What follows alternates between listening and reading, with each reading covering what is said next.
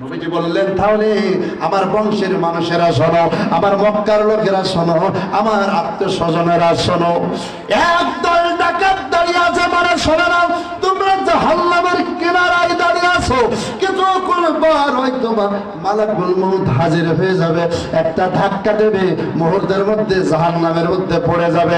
এই জন্য তোমরা পড়ে নাও লা ইলাহা ইল্লাল্লাহু মুহাম্মাদুর রাসূলুল্লাহ। এই কথা বলার সাথে সাথে মক্কার মানুষরা হতভম্ব হয়ে গেল। সর্বপ্রথম যে প্রতিবাদ করেছিল তার আপন চাচা, নাম হলো আবু, আওয়াজ করে বলেন তার নাম কি? আবু লাহাব অমনি করে বলল, ভাতিজা তুমি কি এই কথাটা বলার জন্য এত সাজিয়ে গুছিয়ে পেঁচিয়ে কথাটা বললা? ভাতিজা এই কথাই কি তোমার আসল কথা? নবী বললেন, হ্যাঁ চাচা, এই কথাটাই বলার জন্য আপনাদেরকে ডাক দিয়েছি। এই কথা শোনার সাথে সাথে সর্বপ্রথম নবীকে পাথর দিয়ে আঘাত করেছিল দুনিয়ার অন্য কোনো মানুষ না, পর মানুষ না, নিজের আপন রক্তের মানুষ, আপন চাচা আবু লাহাব। বলেন দেখি, নিজের মানুষ যদি কাউকে কষ্ট দেয় সবচাইতে বড় ব্যথা লাগে কি লাগে না? আপনাকে একটা ভিন মানুষ, অন্য মানুষ, পর মানুষ গালি দিয়েছে, আপনার অতটা কষ্ট লাগবে না, কিন্তু আপনার আপন মানুষ, আপন চাচা, আপন রক্তের মানুষ যদি আপনারে গালি দেয়, আপন রক্তের মানুষ যদি আপনার সাথে দুশ্মনী করে, বলেন দেখি অন্তরে ব্যথা লাগবে কি লাগবে না? ভালো করে বলেন, লাগবে না? নবীজি সবচাইতে বড় কষ্ট পেয়েছিলেন সেই দিন, যেই দিন আপন চাচা আবু লাহাব নবীজির কপাল মুবারক বরাবর একটা পাথর মারলো আর নবীজির কপালে লেগে গেল। আল্লাহ কেন বললাম, চোখের পানি ছেড়ে দিয়ে চাচাকে ডাকতে বললেন, চাচা গো, জন্মের পূর্বেই তো আব্বারে হারিয়ে ফেলেছিলাম, আব্বার ভালোবাসা দিয়া শৈশবকাল থেকে আপনারাই লালন পালন করেছিলেন। শুধু তাই না, আবু লাহাব নবীজির জন্মের কথা শুনে আঙ্গুল ইশারা করে তার দাসীকে পর্যন্ত আজাদ করে দিয়েছিল। কথা বলেন ঠিক কিনা? নবী যখন পৃথিবীতে এসেছিলেন, আবু লাহাবের একটা দাসী ছিল, তার নাম হলো সুয়াইবা। নাম কি ভাই? আওয়াজ করে বলেন। এই সুয়াইবা দৌড় দিয়ে যেয়ে বলেছিল, আবু লাহাব একটা সুসংবাদ আছে। বলে কি সুসংবাদ? তোমার এতিম ভাতিজা হয়েছে। এই আবু লাহাব ভাতিজা পৃথিবীতে এসেছে, এতটাই আনন্দিত হয়েছিলেন, এতটাই আনন্দিত হয়েছিলেন, দাসী সুয়াইবাকে ডাক দিয়ে বলেছিল, ও দাসী সুয়াইবা, তুমি আজকে একটা আনন্দের সংবাদ তুমি দিয়েছো, একটা আনন্দের সংবাদ দিয়েছো, আমার ভাতিজার পৃথিবীতে আগমনের সংবাদ দিয়েছো, সুতরাং আমি আর তোমাকে বাঁধি রাখবো না, আমি আবু লাহাব তোমাকে মুক্ত করে দিলাম। আল্লাহু আকবার। তাহলে ভাতিজার প্রতি ভালোবাসা কম ছিল না বেশি ছিল? খুবই বেশি ছিল, কিন্তু দুশ্মন হয়ে গেল যখন আল্লাহর কোরআনের দাওয়াত দিয়েছেন। কথা বলে ঠিক কিনা? আজকের পৃথিবীতেও দেখবেন আপন ভাই ভাইয়ের দুশ্মন হয়ে গেছে, আপন প্রতিবেশীর মানুষ দুশ্মন হয়ে গেছে। অপরাধ একটাই, সে ইসলামী আন্দোলন করে। কথা বলেন, কথা বলেন। তাহলে নবীর সাথে আমাদের চরিত্রের মিল আছে না নাই? আছে না নাই? নবীজি কেঁদে বললেন, চাচা আপনি তো সেই চাচা জন্মের পরে বড় খুশি হয়েছিলেন, আজকে আমারে মারলেন, রক্তাক্ত করে দিলেন চাচা, আমি বড় কষ্ট পেয়ে গেলাম। বলেন দেখি আমার আল্লাহ নবীর চোখের পানি কি সহ্য করবে কোনদিন? আল্লাহ মুহূর্তের মধ্যে জিবরাইলকে ডাকতে বললাম, জিবরাইল আর দেরি করা যায় না, আর দেরি করা যায় না, আমার নবীর চোখের পানি আমি আল্লাহ সহ্য করতে পারে না, আমি আল্লাহ সহ্য করতে পারে না। যাও যাও যাও, আবু লাহাব আমার নবীকে রক্তাক্ত করেছে, আমার নবী বড় কষ্ট পেয়েছে, আমার নবী বড় কষ্ট পেয়েছে। না না না, আমার নবীর চোখের পানি আমি আল্লাহ মুছে দিতে চাই। জিবরাইল বলেন, আল্লাহ আমি যে কি বলবো তোমার নবীকে, কি বলে সান্ত্বনা দেব? আল্লাহ ডাকতে বললেন, জিবরাইল যাও, মেসেজ নিয়ে যাও, মেসেজ নিয়ে যাও, সূরা লাহাব নিয়ে যাও। যেই নবীর দিকে হাত তুলেছে, যেই নবীর চেহারা দিকে লক্ষ্য করে পাথর মেরেছে, ওই আবু লাহাবের হাত আমি আল্লাহ রাখবো না। চিৎকার দিয়ে বলা যাবে কি আল্লাহু আকবার। হাজির হয়ে গেল। জিবরাইল এসে বললেন, নবী গো, চোখের পানি মুছে ফেলেন নবী, চোখের পানি মুছে ফেলেন, চোখের পানি মুছে ফেলেন। আপনার কষ্ট আমার আল্লাহ সহ্য করতে পারে না, আপনার চোখের পানি আমার আল্লাহ সহ্য করতে পারে না। আমার আল্লাহ একটা মেসেজ দিয়েছে। কি মেসেজ রে জিবরাইল? আল্লাহর নবীর উপরে যখন নাজিল হয়ে গেল, তাব্বাত ইয়াদা আবি লাহাবি ওয়া তাব, এটা পড়েন, তাব্বাত ইয়াদা আবি লাহাবি ওয়া তাব মা আগনা আনহু মালুহু ওয়া মা কাসাব সায়াসলা নারান যাতা লাহাব ওয়া ইমরাতুহু হাম্মালাতাল হাতাব ফি জিদিহা হাবলুম মিন মাসাদ। চিৎকার দিয়ে বলেন আল্লাহু আকবার। আল্লাহ ডাকতে বলেন, ও নবী, চোখের পানি মুছে ফেলেন। আপনার দিকে যে আঙ্গুল তোলেন নবী গো, ওই আঙ্গুল আমি আল্লাহ রাখবো না, ওই আঙ্গুল আমি রাখবো না। আপনার দিকে যে হাত তুলবো, ওই হাত আমি আল্লাহ রাখবো না। আমি আল্লাহ জানিয়ে দিলাম, তাব্বাত ইয়াদা আবি লাহাবি ওয়া তাব, আবু লাহাব যে হাত দিয়ে আমার নবীর দিকে ইশারা করেছে, পাথর মেরেছে, আমি আল্লাহ আবু লাহাবের দুই হাত ধ্বংস করে দিলাম। চিৎকার দিয়ে বলে আল্লাহু আকবার।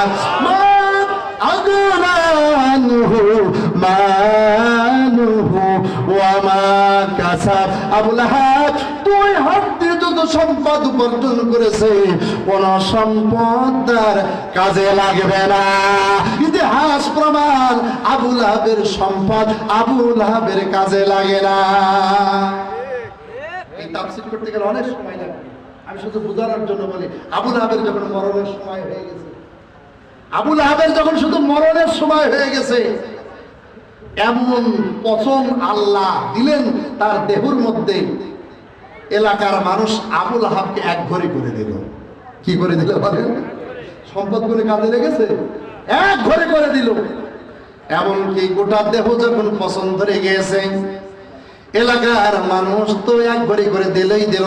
মারা যখন গিয়েছে, কেউ তার দাফন কাজে শরীক হয় না, এমনকি তার সন্তানরাও না।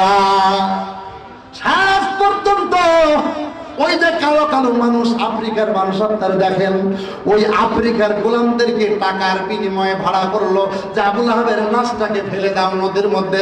ওরাও হাত দিয়ে ধরে নাই, বড় বড় বাঁশ দিয়ে গোদাতে গোদাতে ঠেলা দিতে দিতে এরপরে নদীর মধ্যে ফেলে দিয়েছে। বলেন দেখি, আবু লাহাব নবীর সাথে বেয়াদবি করেছে, এর পরিণাম আমার আল্লাহ ধ্বংস করে দিয়েছে। এমনকি তার হাতও ধ্বংস, তার সম্পদও ধ্বংস, বিনিময়ে আল্লাহ তাকে জাহান্নামে প্রবেশ করিয়েছে। কথা বলেন ঠিক কিনা? আজকের পৃথিবীতেও যারা আবু লাহাবের উত্তর সরে এক হাত দিয়ে যারা কি বলে ঠেলা ছুড়ে আর এক হাত নড়ে, ওরা মনে করছে হয়তো বা টের পাচ্ছে না, কিন্তু আবু লাহাব এক হাত দিয়ে মেরেছে, বাম হাত কিন্তু নড়াচড়া করেছে, বাম হাত মার নয় কি বলে বাম হাত দিয়ে নিক্ষেপ করে নাই। কিন্তু আল্লাহ কি শুধু ডাইন হাতে ধ্বংস করেছে না বাম হাত? হ্যাঁ, দুই হাতে। আজকেও দেখবেন মুনাফিকি স্বভাবের কিছু মানুষ আছে, এই মুনাফিকরা পিছনে আড়ালে থেকে থেকে ইসলামের বড় ক্ষতি করে। আছে না নাই? আর ওরা মনে করে টের তো কেউ পাচ্ছে না, এর কথা ওরে লাগায়, ওর কথা ওরে লাগায়। এইরকম মুনাফিক শ্রেণীর মানুষ সমাজে বহুত আছে। পরস্পরের মধ্যে বিভেদ সৃষ্টি করে দেয়, মারামারি হাঙ্গামে সৃষ্টি করে দেয়, আছে না নাই? ওরা অবশ্যই আবু লাহাবের উত্তরসূরি। কথা বলেন ঠিক কিনা? আল্লাহ রাব্বুল আলামিন নবীকে যখন সান্ত্বনা দিলেন, আল্লাহ নবী নতুন করে আবার দাওয়াতের সূচনা শুরু করলেন। কিন্তু কাফেররা আর সহ্য করতে পারবে না, আবু জেহেল সহ্য করতে পারে না, আবু লাহাব সহ্য করতে পারে না। কেউ যখন সহ্য করতে পারল না, এক পর্যায়ে আল্লাহর নবীকে তারা হত্যা করার ষড়যন্ত্র করল। আল্লাহ রাব্বুল আলামিন নবীজিকে জানাই দিলেন, নবী গো, ওই মক্কার কাফের মুশরিকেরা তারা দারুন নাদওয়া সংসদ ভবন, মক্কার সংসদ ভবনের নাম হলো দারুন নাদওয়া। কি নাম বললাম? আরো জোরে বলেন। দারুন নাদওয়া। ওই দারুন নাদওয়ায় তারা গোল টেবিলে বসে গেল, সংলাপে বসে গেল, আলোচনার টেবিলে বসে গেল। কি করা যায়? কেউ বললো মোহাম্মদকে কতল করো, কেউ বললো মোহাম্মদকে জেলখানার মধ্যে আটকে রাখো, কেউ বললো তাকে দেশান্তর করা হোক। আল্লাহ জানিয়ে দিলেন, নবী গো, ওই মক্কার কাফের মুশরিকরা তারা দারুন নাদওয়ায় সংসদ ভবনে আপনার বিরুদ্ধে বিল উত্থাপন করেছে। আপনাকে তারা হত্যা করতে চায়, আপনাকে তারা দেশান্তর করতে চায়, আপনাকে তারা জেলখানায় আবদ্ধ করে রাখতে চায়। আমি আল্লাহ নির্দেশ দিয়ে দিলাম, রাতের অন্ধকারে মক্কা ছেড়ে মদিনার দিকে হিজরত করেন। চিৎকার দিয়ে বলেন সুবহানাল্লাহ। وَإِذْ يَمْكُرُ بِكَ الَّذِينَ كَفَرُوا। আল্লাহ বলছেন, ও নবী স্মরণ করেন যেই দিন কাফেররা ষড়যন্ত্র করেছিল আপনাকে হত্যা করার। আমি আল্লাহ জানিয়ে দিলেন আপনি ফিরে এই মক্কা ছেড়ে মদিনার দিকে হিজরত করেন। আল্লাহ নবী নির্দেশ পাওয়ার পর হযরত আলী রাদিয়াল্লাহু তাআলা নুকে ডাক দিয়ে বললেন, আলী গো, আমার বিছানায় তুমি ঘুমিয়ে যাও, আমার বিছানায় ঘুমিয়ে যাও। আমার আল্লাহ নির্দেশ দিয়েছে মক্কা ছেড়ে মদিনার দিকে হিজরত করতে হবে। হযরত আলী রাদিয়াল্লাহু তাআলা বিশ্ব নবীদের চেহারার দিকে তাকিয়ে চোখের পানি ছেড়ে দিয়ে কান্না শুরু করলেন। নবীজি ডাক দিয়ে বললেন, আলী রে, তুমি কি ভয় পেয়েছো? কেন কাঁদতেছো? হযরত আলী বলছেন, ইয়া রাসূলুল্লাহ, হাবিবাল্লাহ, আমি ভয় পাই নাই, আমাকে কতল করা হবে এই জন্য আমি কাঁদতেছি না। তাহলে কেন কাঁদো রে আলী? হযরত আলী বললেন, ইয়া রাসূলুল্লাহ, হাবিবাল্লাহ, আপনার ওই পবিত্র চেহারা আর জীবনেও কোনোদিন দেখার সৌভাগ্য হয়তো হবে না। আপনার বিছানায় আমি ঘুমিয়ে যাব, আপনার বিছানায় আপনার চাদর মুড়ি দিয়ে আমি শুয়ে যাব। আগামীকাল সকাল না হতে হতে কাফেররা এসে আমাকে তারা কতল করে ফেলবে। আপনার পবিত্র চেহারা আর কোনোদিন দেখতে পাবো না। এই জন্য মন দিয়ে মন ভরে আপনার চেহারাটা দেখতে চাই, এই জন্য কাঁদতেছে।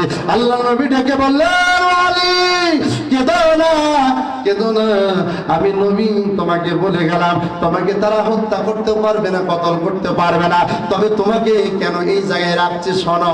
কারণ এই কাফের মুশরিকদের টাকা পয়সা ধন দৌলত আমানত হিসাবে আমি নবীর কাছে রেখে গিয়েছেন। আগামীকাল সকালে যখন তারা আসবে, আমাকে যখন পাবে না, তারা হয়তো বা অপবাদ দিত যে মোহাম্মদ আমাদের আমানত নিয়ে পালিয়ে গেছে। এই অপবাদ যেন না দিতে পারে, এই আমানতগুলো আগামীকাল সকালবেলায় ওই কাফেরদের মাঝে আমি নাম লিস্ট করে দিয়ে যাচ্ছি, প্রত্যেকের বাড়িতে বাড়িতে পৌঁছায় দেবে। জোরে বলে যাবে সুবহানাল্লাহ।